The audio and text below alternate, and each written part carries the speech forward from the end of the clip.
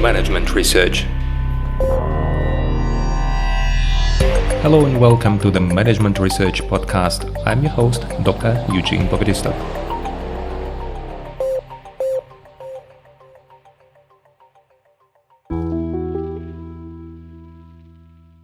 Hello and welcome to the next episode in my mini-series on strategic management.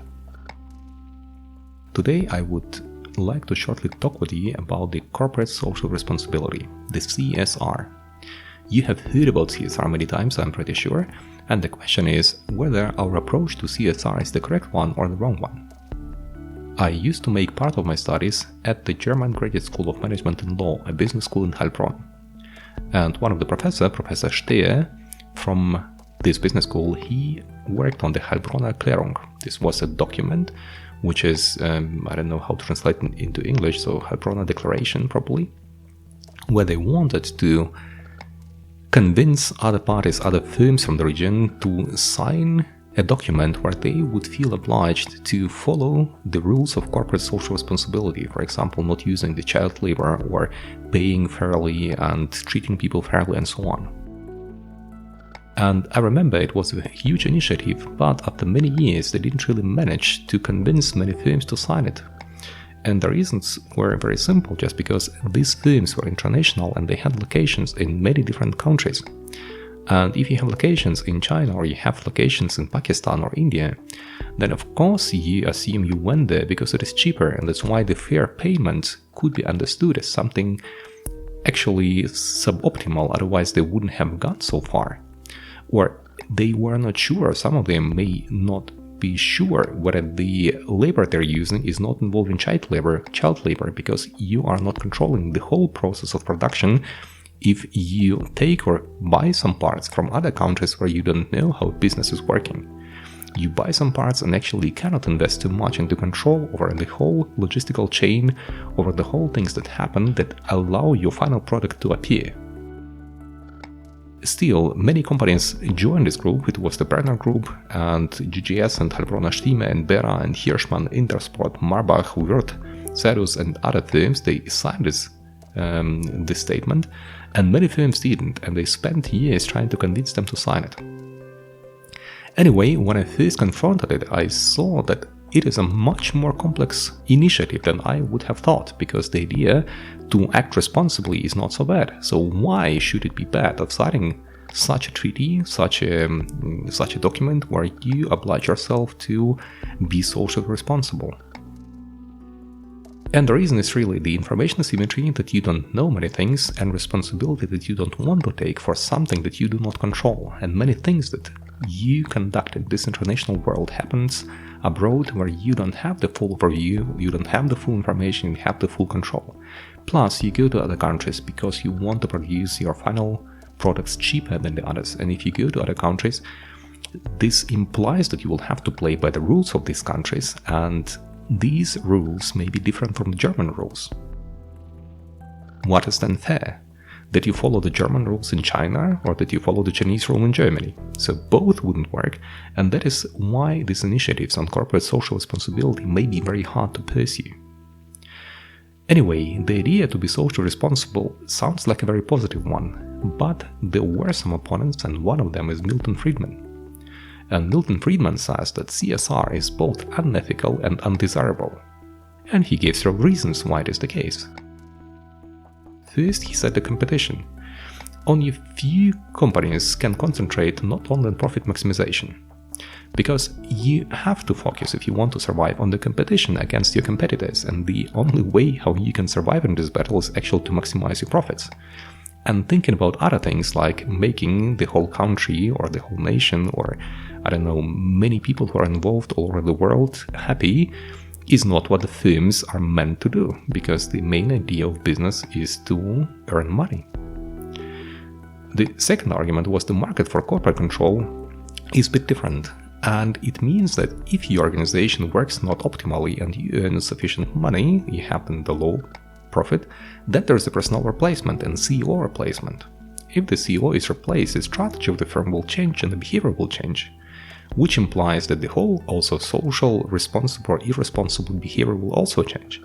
It means, first of all, it's very hard to control, and second, It also can be a good thing if you see that the company is not socially responsible, for instance, treating people not fairly. Then once the shareholders may say, okay, we need a different CEO.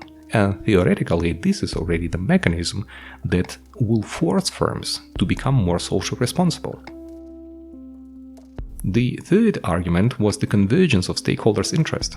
And actually, he said that you can try to make everybody happy, but it will not work, just because people have too many goals and they are too different and they are conflicting. Because if you look at your neighbors, if you look at the authorities, local authorities, if you look at the firm, if you look at the employees, you may all have different goals. So first of all, the simplicity, it is much simpler to pursue one goal. And if you become successful, if you become the firm that earns a lot of money for the region, you pay huge taxes, then also the other parties will be automatically happy. Because you will pay your taxes and the neighbors will see it, the city will see it, your employees will feel it, and so on. The convergence of stakeholders' interest also implies that a firm has to survive. If a firm will try to make everybody happy and not focus on the maximization of its profits, then actually this firm might get bankrupt. And in this event, everybody will suffer. The employees, the neighbors, the city, who will not get the taxes, the federal state, and the country. And this is actually not a good idea. That's why focusing on profit maximization will help the firm to survive. That will, at the end, make everybody who is involved happier. And finally, a firm that is on the market has to come to loyalty and good relationships with all the communities. It will happen automatically, just because otherwise the firm won't be able to survive. For instance, if you try to offer different goods, then the competition will force you to create the goods that are also socially produced in a socially responsible way, otherwise the customers will not buy them. The social responsibility becomes an additional competitive advantage, and that is why, according to Friedman, firms will automatically do it. They will automatically go for this goal. They will start at any level, focus on profit maximization, but once the competitors are there, they will be forced to compete also at the level of social responsibility. And they would have to argue that our shower gel or our whatever soap is also produced in a social responsible way. It is a fair trade resources, or we treat our employees equally and we do it all completely correct based on the legislation of the local countries and all the countries which are involved, and so on.